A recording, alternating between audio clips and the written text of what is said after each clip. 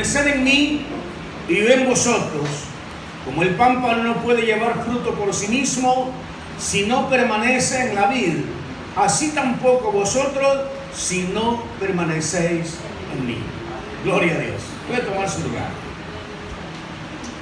Quiero hablar en esta reunión del fruto de la perseverancia.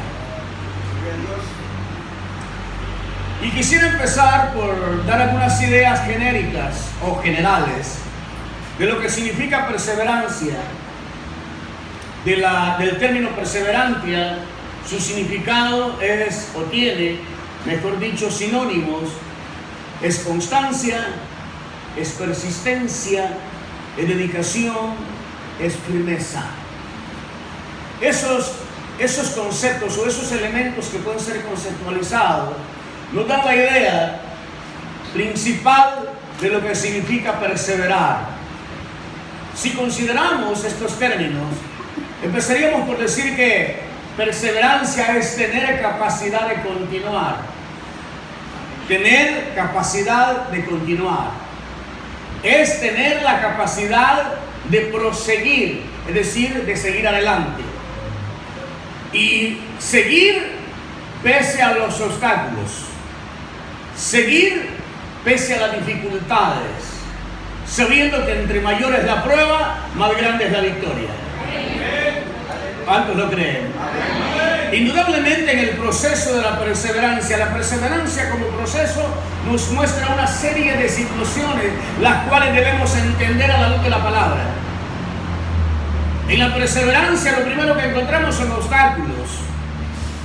Pero sabemos nosotros que la perseverancia, así como tiene fundamentos, tiene un origen. El origen o principio de la perseverancia está en el propósito. Está en tu propósito y en el mío. Está en el propósito por el cual Dios nos llamó. Es decir, que a veces surgen preguntas como: ¿por qué a todos los que se les predica el Evangelio no lo reciben? ¿Por qué no todos a los que se les predica oyen? ¿Y por qué a todos los que se les predica no todos estos oyendo creen? Entonces hay tres preguntas importantes que podemos hacernos en cuanto a la siembra y la cosecha, es decir, a sembrar la semilla, entendiendo que la parábola del sembrador nos da también una ilustración poderosísima sobre la perseverancia. ¿Por qué? Porque en esa parábola, en el capítulo 13 de Mateo, dice la Biblia que hay 4 tipos de suelos donde se sembró la semilla. Una semilla que cayó junto al camino, que se la comieron las aves. Hay muchas formas metafóricas de poder ilustrar esto. Es que siempre el mundo está en problemas. Y los problemas del mundo no permiten que la gente, oyendo la palabra, retenga la palabra. Otro, la semilla que se sembró el siguiente tipo, o tipología del suelo o corazón de la gente. Es que la semilla fue sembrada, pero no tuvo profundidad su raíz y se secó por cuanto habían piedras. Figura también de una serie de problemáticas que el mundo está viviendo: problemas del alma, problemas de desánimo, tristeza, miedo, desconsuelo, traición. Una serie de aspectos que están gobernando este mundo, este sistema, en el cual vivimos, pero no pertenecemos al sistema de este mundo. Porque ya nosotros no somos de este sistema, somos del sistema de Cristo, somos del reino de Cristo. Y ahí la diferencia entre los que somos y los que no son. Amén. Y luego señala que la tercera semilla, ilustrando la parábola del sembrador en Mateo 13, dice que la semilla se sembró, pero esta se sembrada en buena tierra. Dice que junto a la semilla crecieron los espinos y la ahogaron. Hay situaciones en las cuales mucho creyente, mucha gente recibe la palabra. Aún algunos se bautizan, hacen fiesta y dicen: gloria a Dios, me bauticé, sirven, ganan alma, pero al final terminan ahogados. Y vemos ministerios aún ahogados. Vemos pastores aún asfixiados. Pastores que no han entendido que el asunto primordial en esto de la perseverancia está en entender los principios de la palabra, en entender que Dios estableció tu llamado para que establezcas una plataforma de vida en la cual puedas cimentarte y poder permanecer hasta el día final. En Mateo capítulo 24, verso 13, recordemos, Jesús enseña de las señales de los últimos tiempos, de las señales del fin. Ningún creyente en estos tiempos puede ignorar o debe ignorar que los días son malos, que son peligrosos, que en los posteriores días el amor de muchos se enfrió a causa de la maldad del sistema de este mundo. Pero Jesús dijo, confiad, y luego dice que el que persevere hasta el fin. Oiga lo que dice Jesús en Mateo 24:13, porque el que persevere hasta el fin, ese será salvo. La palabra salvación, en algún momento se cree que solamente se está refiriendo al alma.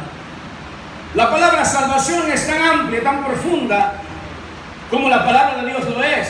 La palabra salvación es tan viva, tan maravillosa como Jesús lo es. Porque esta es palabra de Dios dada a la iglesia. El que persevere hasta el fin, este será salvo. Porque no sea que descuidando esta salvación la perdamos. Hay muchos que se preguntan en este tiempo, ¿será que la salvación se pierde o no se pierde? Enfoque doctrinario. Yo no vine a hablar de doctrina, pero sí vine a decir que el que no tiene nada no tiene que perder, mas el que tiene mucho, mucho pierde. Si la salvación está en nosotros, cualquier descuido en nuestra vida puede dar al trasto, es decir, puede provocar que perdamos lo que habíamos alcanzado.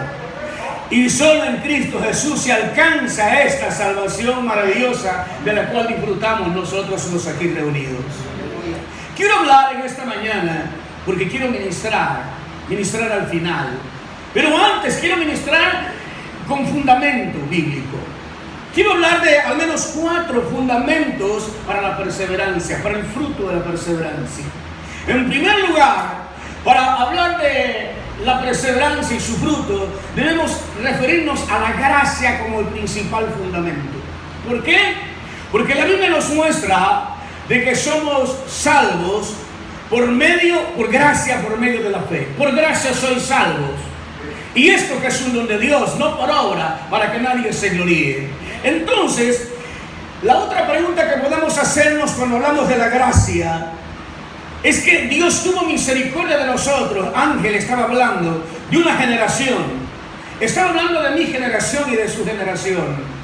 Estaba hablando de la generación de muchachos en aquellos días que nos esforzábamos, que trabajábamos, que honrábamos nuestra casa, que honrábamos a nuestros padres, que procurábamos obediencia en todo momento, que nos esforzamos por ser obedientes y el fruto de esa obediencia se vio reflejado en algo maravilloso. Dios nos tenía en su propósito. Dios nos había escogido desde el vientre de nuestra madre, no solo para sentarnos en la silla, sino para un día hablar de la grandeza de un Dios que vive y reina por los siglos de los siglos. De un Dios que está vivo, de un Dios que salva, de un Dios que puede cambiar las circunstancias por difíciles que sean. Nuestro tiempo no fue un tiempo tan favorable. Ya el pastor Ángel hablaba de algunas anécdotas, pero en medio de eso surge una pregunta. ¿Cuántos en mi familia son pastores? ¿O cuántos en mi familia son profesionales, por decir algo, en la vida secular? Cuando hablo de mi familia, hablo de mis hermanos. ¿Cuántos? Pero no es lo más importante cuántos son profesionales. ¿Cuántos tienen a Jesucristo en su vida? ¿Cuántos?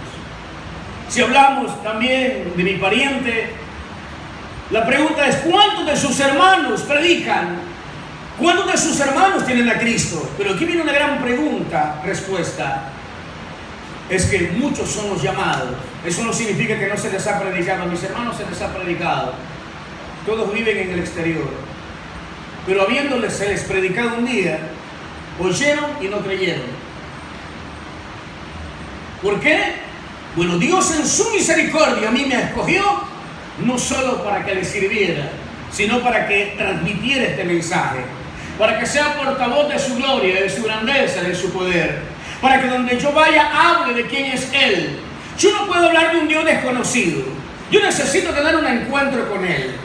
Y de las cosas que hablo acerca de Jesús, yo necesito haber experimentado lo que Jesús ha hecho en mi vida para hablar con autoridad a los demás y decirle, si Cristo de algo a mí me sanó, yo puedo dar testimonio de que Cristo sana. Si Cristo a mí me ha salvado, ya soy hijo de Dios, ya no soy del mundo, yo puedo testificar que Cristo está vivo y que así como me salvó a mí, puede salvar a muchos en las condiciones. ¡Aleluya! Entonces la gracia es el regalo inmerecido. ¿Yo merecía ser salvo? No, no lo merecía. Pero Jesús en su inmenso amor y en su misericordia un día me alcanzó. Y hay algo maravilloso que quiero compartirles. Así como el pastor Ángel se refirió a algunas cosas, decirles a ustedes que doy la gloria a Dios porque Él fue el medio que Dios usó para que yo llegara a los pies de Cristo. No le da un aplauso a Dios por eso. Gloria a Dios. Porque en los momentos más difíciles de nuestra vida matrimonial con mi esposa estudiaba en San Salvador y queríamos buscar un lugar de confianza y me acordé de Él. Dios me hizo acordarme de Él. Y fue así como mi esposa, viviendo conflictos en el matrimonio, estudiaba su carrera de medicina, fue a vivir con ellos. Los pastores saben. Recuerdo que los niños eran unos chiquillos, muy chiquillos. Y ahí Ángel se congregaba en un ministerio poderosísimo, donde en su casa se daba un discipulado. Mi esposa fue cansada en ese discipulado. Mi esposa tenía conocimiento de la palabra. Su familia toda se había crecido, o son, mejor dicho, miembros activos de Iglesia Adventista. Pero mi esposa no estaba satisfecha con lo que él se conocía, con lo que él se había aprendido. Ella tenía hambre de Dios, de conocer a Dios de otra manera, no de manera ritualista o religiosa, con mucho respeto, no lo vayan a malentender. Mi esposa estaba hambrienta de conocer a un Dios que es más que guardar un sábado, reposar un sábado o servir un sábado. Mi esposa quería trascender en el conocimiento de Dios.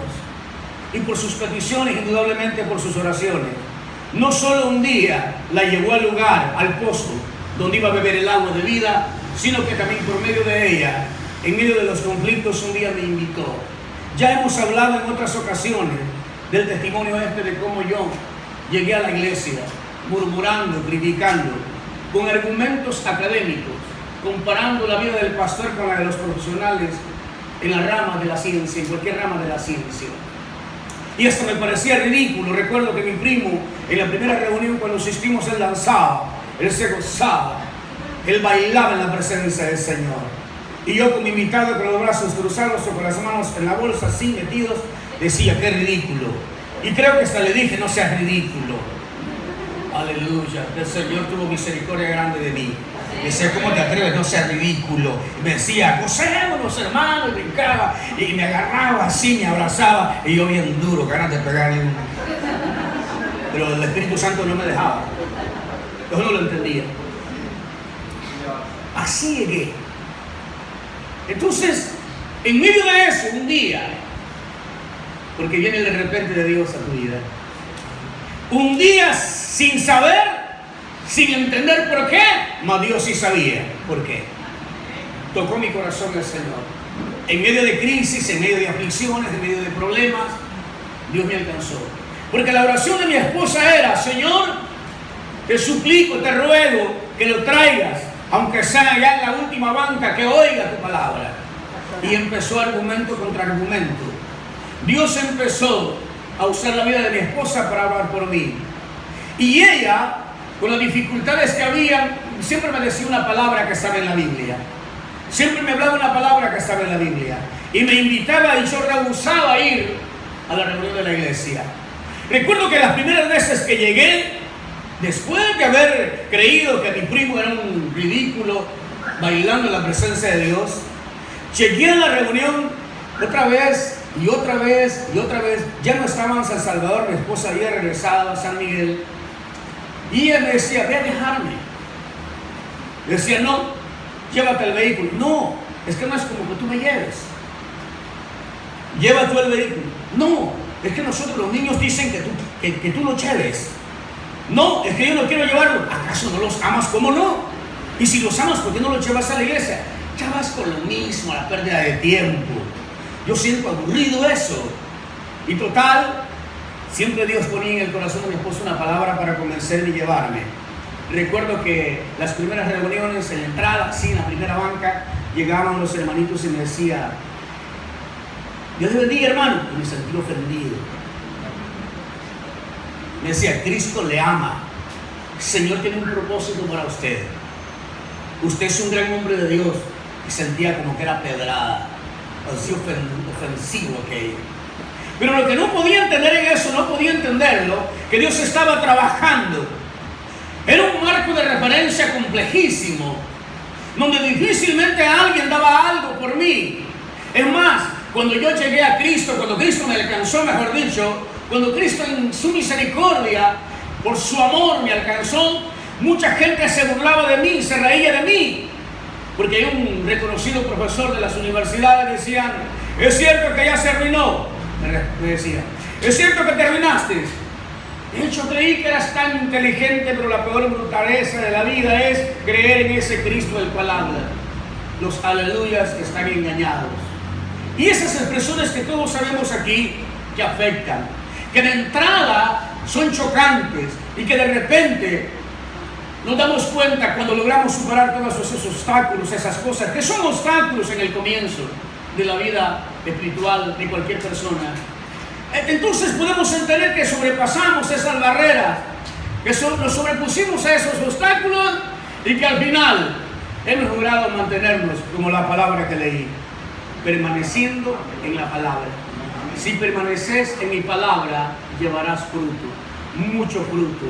Porque ninguno que no esté en él, como el pámpano, si no está precisamente en la vid, no puede llevar fruto. Así nosotros, separados de él, nada podemos lograr. Amén. Así que yo creo que un fundamento importante para poder obtener los frutos de la perseverancia es la gracia. Pero no he terminado con este elemento, con este aspecto. Saber honrar a Dios y reconocer el significado de la gracia. Porque muchas veces, por eso vemos, aún dije, ministerios cayendo. Por eso vemos cristianos en el piso, tirados. Después de haber estado en algún momento en una posición de honor, los vemos mal. Y la pregunta es: ¿qué pasó con ellos? Bueno, la gracia de Dios en ellos no la valoraron. El regalo de Dios no lo valoraron. Necesitamos valorar con honra, es decir, con obediencia ese regalo. Si Dios nos dio lo mejor, dio a su Hijo, dio a Jesús, lo llevó a la cruz a ocupar mi lugar. Eso entonces a mí me queda claro de que ese era mi lugar, lugar de muerte. Pero Jesús murió por mí, y no solo murió. Al morir, no solo murió la muerte para mí, porque Él resucitó al tercer día. Él se levantó con poder al tercer día. Eso significa entonces que si creo que Él murió, yo debo reconocer y creer que la resurrección del Hijo de Dios también es para mí, porque en Él yo soy eterno. No sé si lo está entendiendo. Entonces debemos cuidar el regalo de Dios, el regalo que por gracia hemos recibido. Cuando se peca, cuando se persiste en pecar, el tema de la perseverancia da para entenderlo de otra manera. La perseverancia en términos genéricos te muestra la perseverancia en Dios, en todo lo bueno, y la perseverancia de quienes se apartan de Dios para pecar. Es decir, Jesús claramente habló y dijo que el que practica el pecado, figura de persistencia, constancia, permanecer ahí. El que practica el pecado es esclavo del pecado. Entonces, ¿qué necesitamos nosotros? Apartarnos del pecado, volvernos a Dios y permanecer en Él para traer mucho fruto. Pero, ¿qué pasaría con la gracia? La pregunta es: ¿cómo mantenernos en esa gracia de Dios? El otro fundamento del fruto de la perseverancia es la oración. Este es un tema que para la iglesia hoy, digo hoy en relación a la iglesia primitiva, les es bien difícil cumplir. Cualquier cosa la iglesia hace, menos orar. Estamos muy ocupados, estamos muy atareados, estamos muy cansados. Y bueno, Dios sabe lo que te necesito, y a veces se utiliza la Biblia a nuestra conveniencia. Antes que yo le pida a Dios, sabe qué necesito. Señor, tú sabes lo que necesito, así que ayúdame, bendíceme, amén, a dormir. Ya oré. Ya oró para dormirse ya. Ya le dije, Señor, tú lo sabes todo. Así como lo dijo Pedro, Simón. Dijo, tú lo sabes todo, Señor. Tú sabes que te amo. ¿Me amas? Ah, Señor, tú lo sabes todo. Señor, como tú lo sabes todo, yo no tengo más que decir. Estoy cansado, ya casi dormido.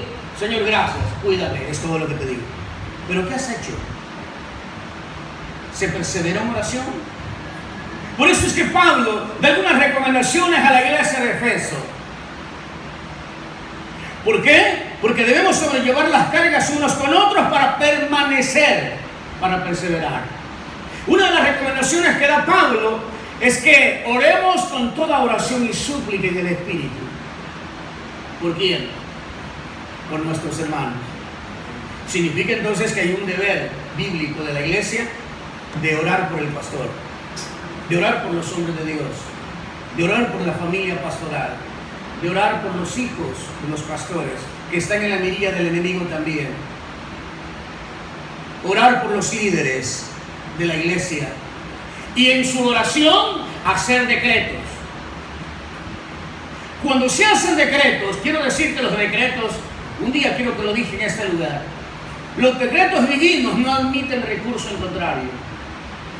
Los decretos del hombre sí. Puede equivocarse el presidente de la República, se dictar un decreto y después se lo refutan, se lo cambian, lo anulan. Cualquier decreto que un juez dicta, si está viciado, si está mal fundamentado, se lo rebaten, se lo impugnan. Los decretos divinos no son impugnables. Quiero que lo aprendas esta mañana. Los decretos divinos no son impugnables. ¿Sabes qué quiere decir? Que cuando Dios da la orden, nadie puede cambiarla. Por eso dijo Jesús, yo soy el que abre y nadie cierra. Yo soy el que cierra y nadie abre. Ese es un decreto de Dios para su iglesia. Y los hijos de Dios debemos, orando, hacer decretos. ¿Qué debemos decretar? Las cosas del Espíritu se decretan en el Espíritu. No, las cosas en la carne no pueden ser decretadas por el Espíritu. Porque Jesús le dijo a Nicodemo, el hombre sabio en Israel, porque las cosas del Espíritu son del Espíritu. No podemos entender en la carne lo del Espíritu. Por eso es que hay gente viviendo en pecado en algún lugar. La iglesia está en problemas.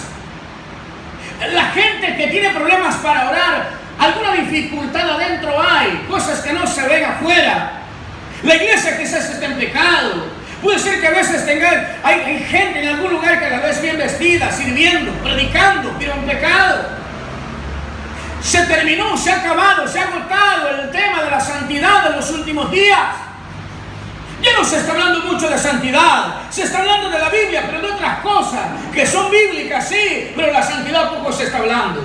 Porque el día que le hablen de la santidad a la iglesia vas a tener que enfrentarla con el pecado. Decirle, ¿sabes qué? Dice el Señor, que alma que pecare, esa morirá. Ah, ya es legalista. Eso lo dijo Ezequiel, ¿no? Lo dijo Ezequiel por orden de Dios. Amén. Todas las almas son mías, así como el alma del Padre y del Hijo mías son. Pero alma que pecare, esa morirá. Pero es otro argumento doctrinario. ¿Cuál? Eso es del antiguo pacto. Y yo lo aplique conmigo. Pero Jesucristo no ha cambiado, dice la Biblia. Dice que Él es ayer, hoy y por los siglos. Y si Él no ha cambiado, Él lo dijo. Porque el Verbo dice que se hizo carne. Y en el principio el Verbo era Dios y el Verbo estaba con Dios. Y todas las cosas por Él fueron hechas. Entonces, cuando oramos, debemos entender que uno de los requisitos fundamentales como fundamento para perseverar es la oración. Pero que nuestras oraciones van a ser oídas en la medida en que estemos preparados como verdaderos soldados. Pero hay quienes no están preparados para orar. Hay quienes hablan y no hay respuesta de Dios. hay dos razones por las cuales no puede haber respuesta de Dios, o la respuesta no ha llegado. Una, sencillamente, Dios no es que no oye, Él todo lo oye, todo lo sabe. Pero las oraciones del pecador, que no se arrepiente, Dios las oye, pero no las responde. Ya me cambió el semblante. No me cambia el semblante. Dije que las oraciones de la gente en pecado, que no se arrepiente, Dios las oye, pero no las responde.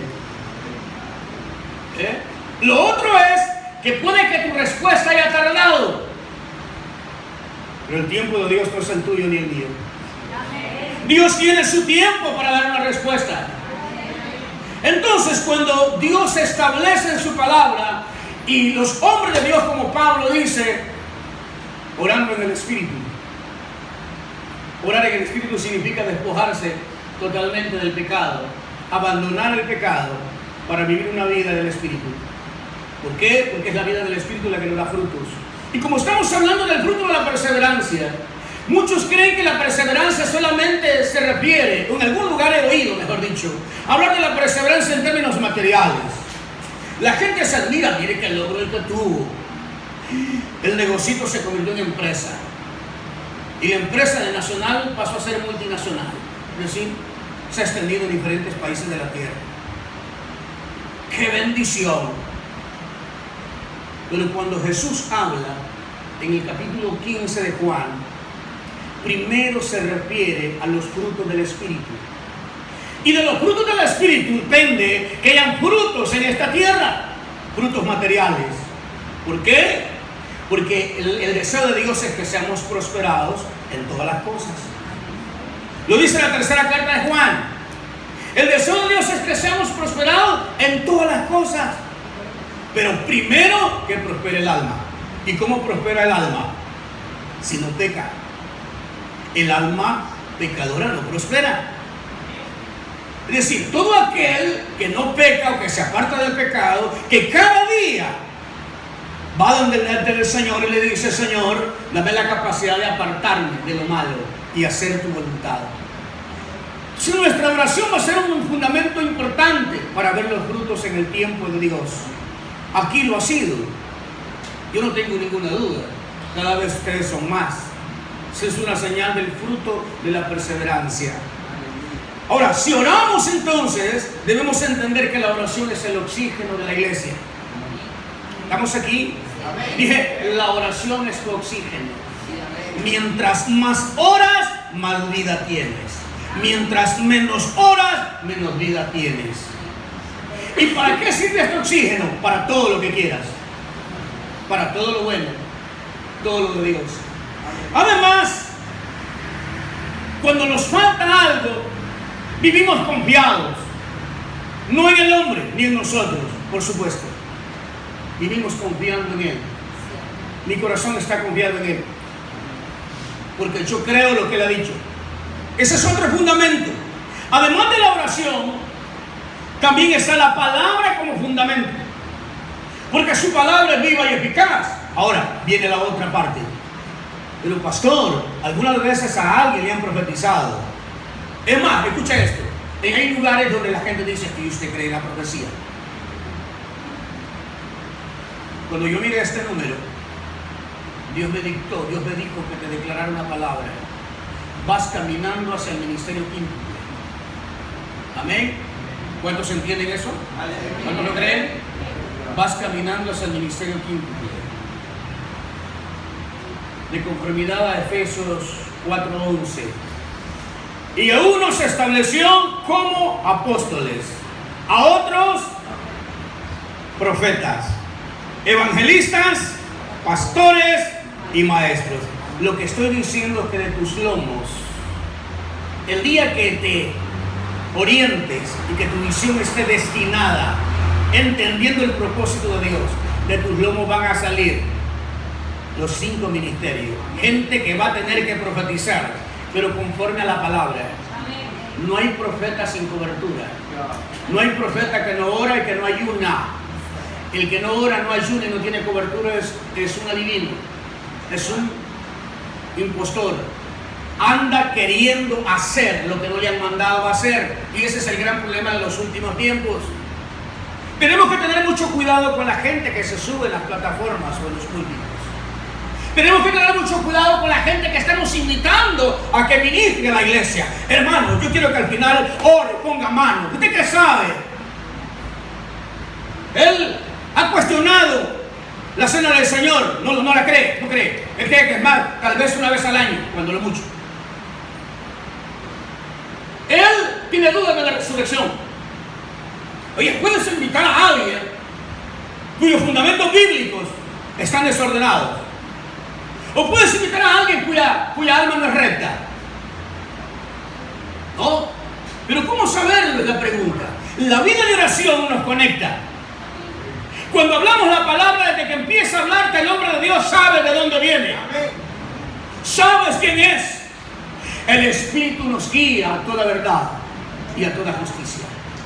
Y nos convence de pecado, de justicia y de juicio. Eso hace el Espíritu Santo de Dios. Y el Espíritu está aquí. Quiero decirles que yo me llené en alabanza.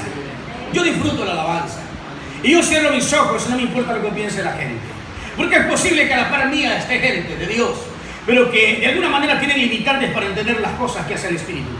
Pero yo no tengo duda de que lo del Espíritu hace, porque lo que el Espíritu hace, lo hace conforme está establecido en la palabra. Y si Él dice que yo me regocije, me goce en su presencia, si antes yo disfrutaba, entre comillas, me gozaba, entre comillas, en lo que el diablo me propiciaba, me daba engañosamente. Y ahora, ¿qué tengo yo? ¿Qué me puede impedir que yo me goce en su presencia? Porque su palabra es verdad. Y cuando se canta el tema de la oración, ellos estaban ministrando un canto preparando esta palabra. Alaba a Dios. Necesitas orar. Necesitas creer la palabra. Porque la palabra es viva y eficaz. Entonces, ¿cuál es el problema de esto?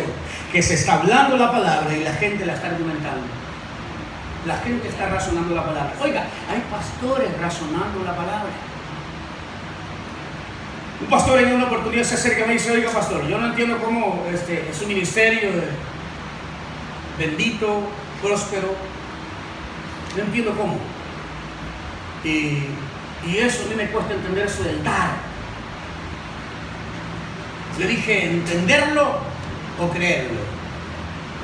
Hay quienes creen, hay quienes entienden la palabra pero no la creen, que no es lo mismo.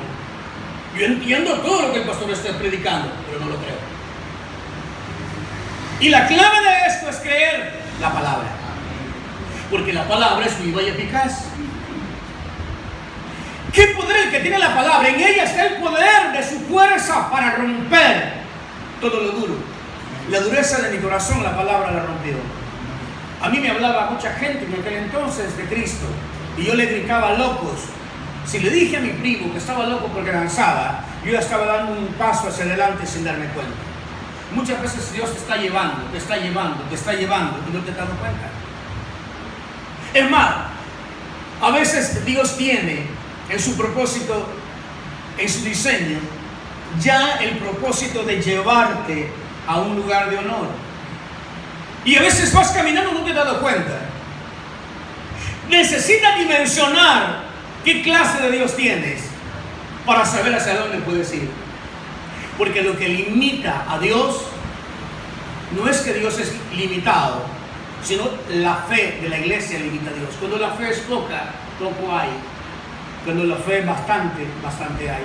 Otro fundamento, la fe. Cuando hablo de la palabra y la fe, quiero referirme a lo que dijo Pablo a los romanos en su carta. Así que la fe es por el oír, y el oír por la palabra. ¿Qué necesita la iglesia hoy? Que se le predique la palabra. Una iglesia que se le enseña la palabra es una iglesia que se empodera en fe. Si no le predicas la palabra, hermano, resulta que ayer me fui a Multiplaza y le dije a mi esposa: amor, comámonos un par de hot dogs o tomémonos un café, y vi ahí en un mostrador un rico cake, y empieza la historia. ¿Qué quiere enseñar el pastor? Con mucho respeto, yo quiero que pusiéramos aquí. Una cosa es que queramos ilustrar el mensaje, otra cosa es que nos desgastemos en querer ser testimonio de cosas que no trascienden.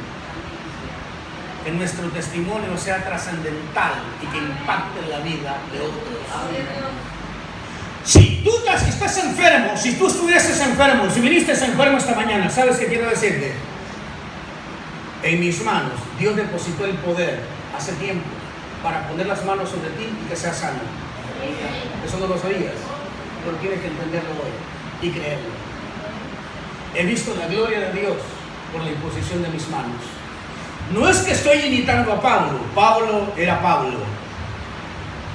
Pero la Biblia dice, cuando Pablo ministra, que por la imposición de sus manos los enfermos eran sanos.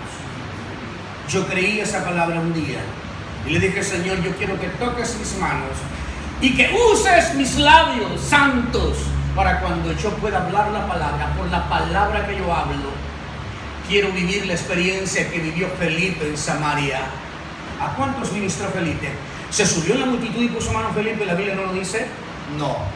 Felipe habló la palabra, declaró la palabra. Al impartir la palabra, dice él que los que estaban endemoniados, de sus las grandes voces sí que salían de sus cuerpos y eran liberados los que estaban endemoniados.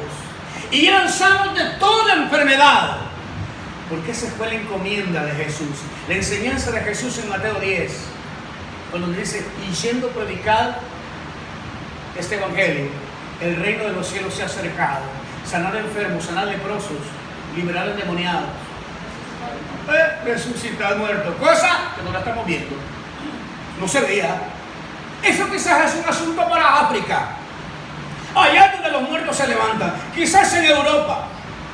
No, el problema está en el fundamento de nuestra perseverancia. Si no hemos perseverado en la oración y no perseveramos en la palabra. Quiero retomar el tema de la palabra porque Jesús dijo que permanecéis en mi palabra. Aleluya. Amén. Amén. Si permanecéis en mi palabra, llevarás mucho fruto. Ahora bien, quiero tocar, en el tiempo que me va quedando, algunos ejemplos de hombres perseverantes. Estaba recordando, hay muchos hombres en la Biblia. Este tema de la perseverancia es para hacer una conferencia de meses. Pasar todos los, al menos dando una conferencia cada día. Abraham, hablando de la fe, una fe perseverante. Abraham, no digo Abraham porque ya deja de ser Abraham, porque como Abraham es padre enaltecido, y aunque era enaltecido, algo maravilloso, Dios le habló y al oírle obedeció. Un tema importante en la perseverancia: persevera en obediencia y verás la gloria de Dios. Porque muchas veces tenemos fe, reconocemos la gracia, creemos la palabra, pero lo que menos queremos es obedecer. No, hermanito, mire, dice pastor que las cosas no están bien, y que algo raro está aquí, dice el pastor a veces. Sencillo el pecado. Y a veces, hermanos, gente usurpando el servicio de Dios con las manos sucias, sirviendo con manos sucias. Ese es lo más trágico. Una iglesia, tú escucha esto, un pueblo se estanca cuando hay lepra. Amén. Dice que el pueblo siguió avanzando cuando María quedó leprosa por haber murmurado contra Moisés. No, el pueblo no pudo avanzar. Yo vine a decirte esta mañana que si en tu casa hay lepra, tu familia nunca podrá avanzar en nada. Es necesario que el leproso se arrepienta y se vaya a llorar. El término de los 8 días, el término que Dios le da y le dice a Moisés que se vaya y va a llorar su lepra al monte. Pero ojo, que María se vaya a llorar su lepra, a sufrir su lepra, no significa que Moisés no debe estar clamando por ella. Y ese es el trabajo de cada siervo de Dios: clamar por el leproso. Cuando el pastor clama, el pueblo también, aunque está retenido, no puede avanzar, el pueblo debe unirse. Como dijo Pablo a los Efesios: oren con toda oración y súplica en el Espíritu. ¿Por quién? Por los santos. Entonces, amados hermanos, La obediencia es clave. La obediencia es el motor en la perseverancia. Cuando recibe la promesa, 74 años Abraham. Si algún error me perdonan los consiervos. 74 años recibió la palabra. A los 99 Dios le estaba dando la noticia. En 25 años entonces Dios se olvidó de Abraham. No. Ojo con esto. Pero ¿qué hizo Abraham después de recibir la palabra? Seguir creyendo. Esperanza contra esperanza. Esperanza contra esperanza. No iba nada bien. No estaba hecho. Pero Sara dijo, ya no es posible, ya no hay tiempo. El tiempo se acabó. Para ella se había acabado, pero para Dios no. Quizás en algunas circunstancias tú estás pensando, se acabó todo, no hay esperanza para mí. Debo decirte que la edad no es un obstáculo para Dios para hacer lo que va a hacer contigo. La edad los ponen los hombres en el mundo como límite, mas Dios establece en su palabra que la edad no es límite de actuación para Él, para poder engrandecer tu vida, para poder bendecirte, para poder darte lo que Él dijo que te va a dar.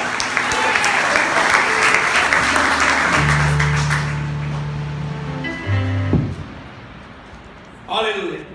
Pero seguimos, gloria a Dios. Cristo está vivo. Amén. Y la iglesia está viva. El aplauso altísimo.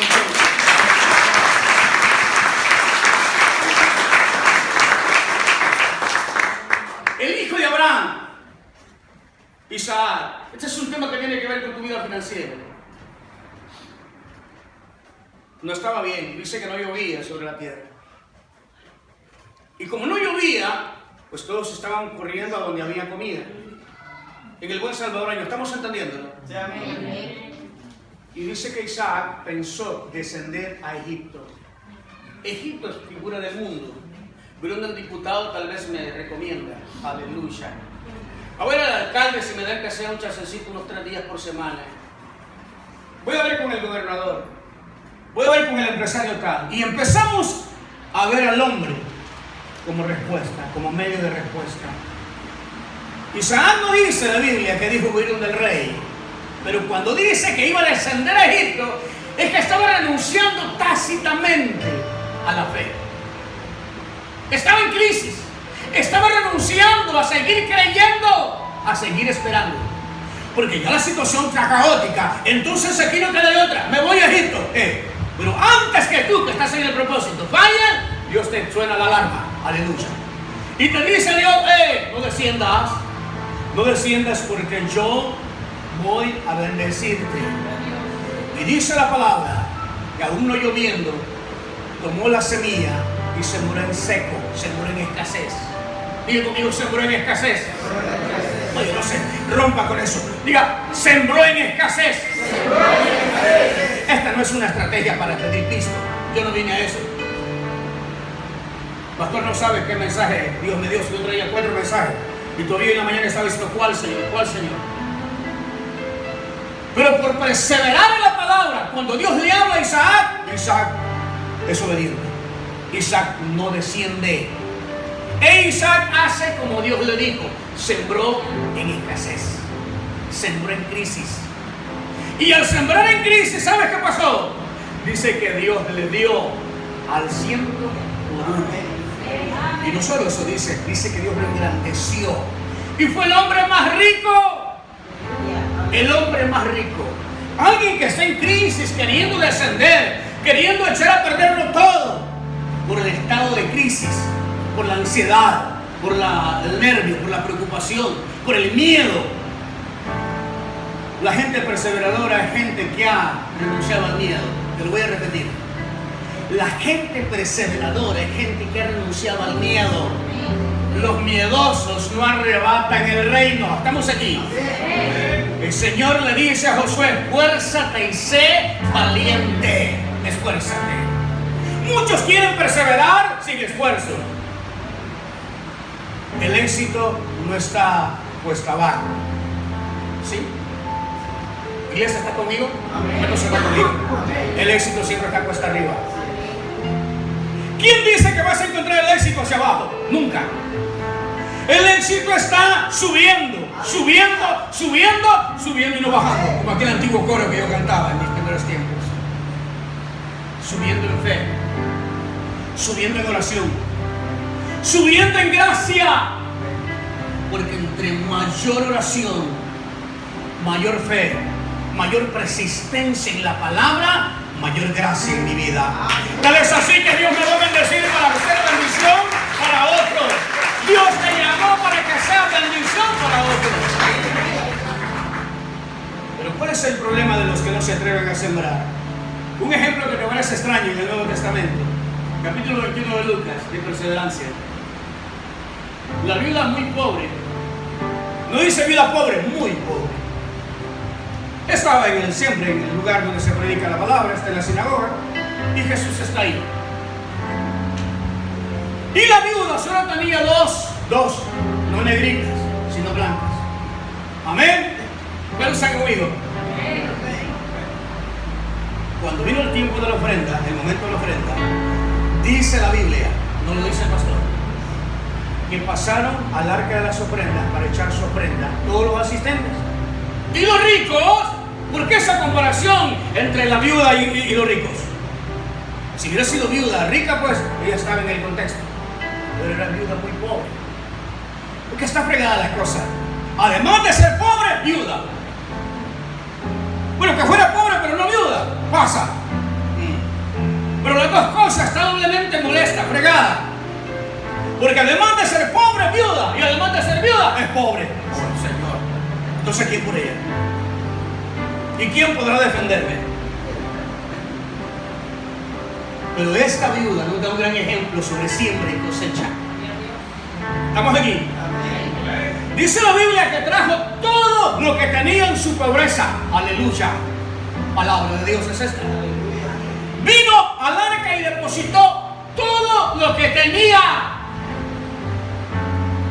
Comúnmente lo que sucede por allá por mi ciudad, aquí, es que si el día 20, día 10, día 5, día 1, y si es posible moneda, a la hora de ir a la ofrenda, monedas.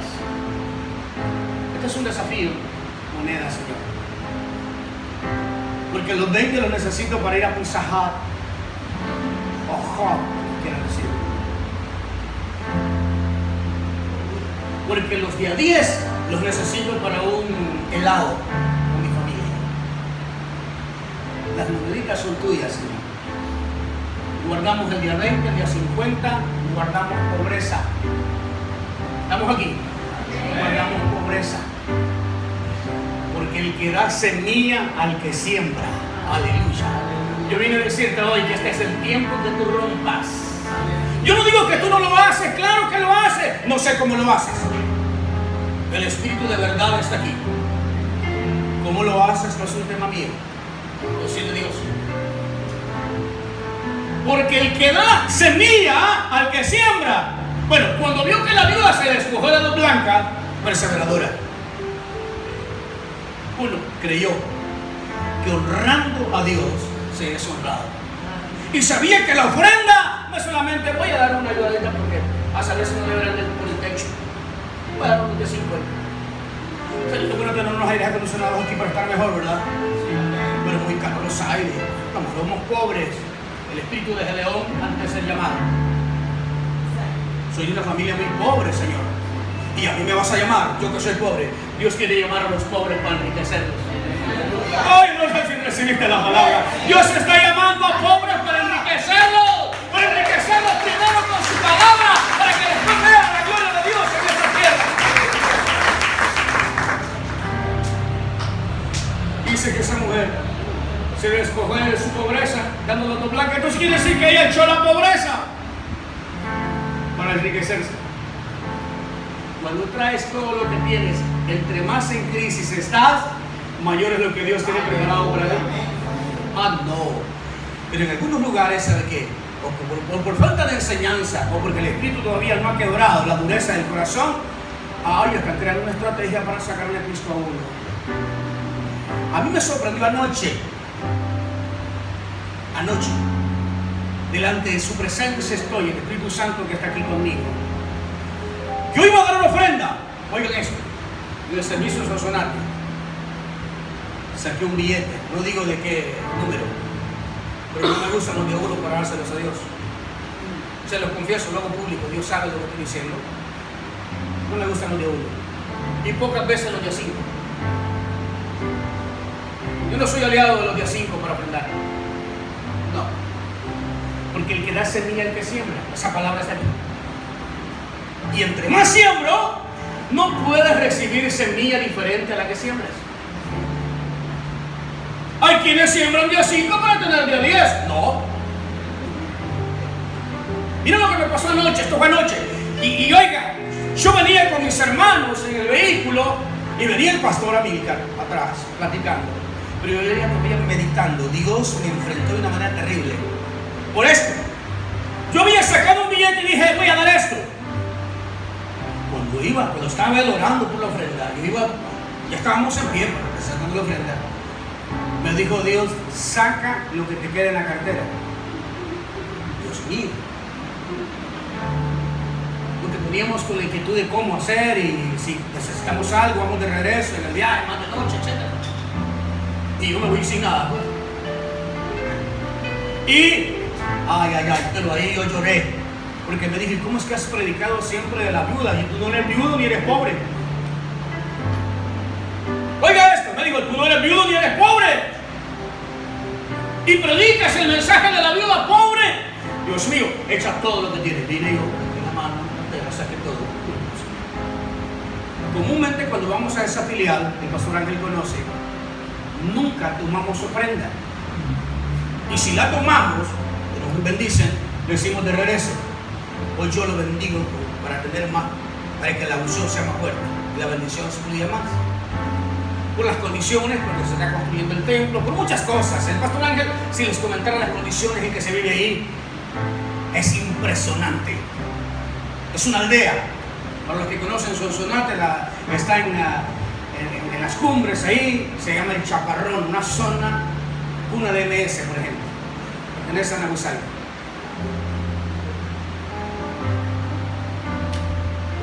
Como el pastor sabe, me dijo, le voy a dar su ofrenda, por favor. Te bendigo. Dala por recibida. Conforme a la capacidad, cada quien de cómo propuso en su corazón. Amén. Y si la capacidad del corazón es mala, la capacidad del bolsillo también es. Aleluyita. Muchos tienen una cartera incapaz por un mal corazón. Porque el hombre bueno del buen tesoro de su corazón hace.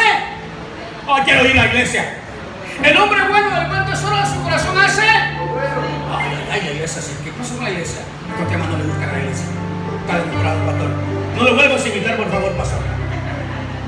El hombre malo del mal tesoro de su corazón hace lo malo. El problema no está en la cartera, el problema está en el corazón. Pero maravilloso es el Señor que nos dé este ministerio, ¿verdad? Para decir, como dijo Pablo, cada quien dé como propuso en su corazón. Es decir, un buen corazón es generoso. Amén. Y un corazón generoso honra a Dios generosamente. Por eso digo, el que honra generosamente, generosamente será bendecido, honrado. Mas el que lo hace escasamente recibirá. Entonces va a recibir tengo la comidita siempre, pago los recibos de la casa, tengo para el gas del carro, no lo puedo ni pintar, menos cambiarlo. Así que hasta ahí, me conformo con andar, quieres andar a pie, quiero ir en el bus. Así que ahí tengo mi carrito y mi guarolito todavía, mi cacharrito, ahí está mi carrito. Ahí estoy yo feliz. ¿Y cómo está, hermano o hermana? Bendecido, en el mismo carrito. Y así se mece todo. Ay, hermano, ¿cómo está? Bendecido, estoy bendecido. Gloria. Y dice, aleluya. Mire, voy oyendo alabanzas. Él me levantará. Me levantará. Qué precioso canto. Estoy cantando lo que no vivo, porque no he sido perseverante en lo que hago para la siembra. Amados, por la palabra debemos entender que la perseverancia no es un tema limitado, es un tema que va más allá de los límites del hombre para trascender en las dimensiones divinas. Hay mucho que decir esa palabra, pero yo creo que el tiempo se me terminó. Me queda una introducción para poder en otra oportunidad, si el Señor lo permite. Aleluya. Un día encontrarnos con ustedes, con vosotros y poder compartir grandezas del Señor. Amén. Denle un aplauso a Cristo.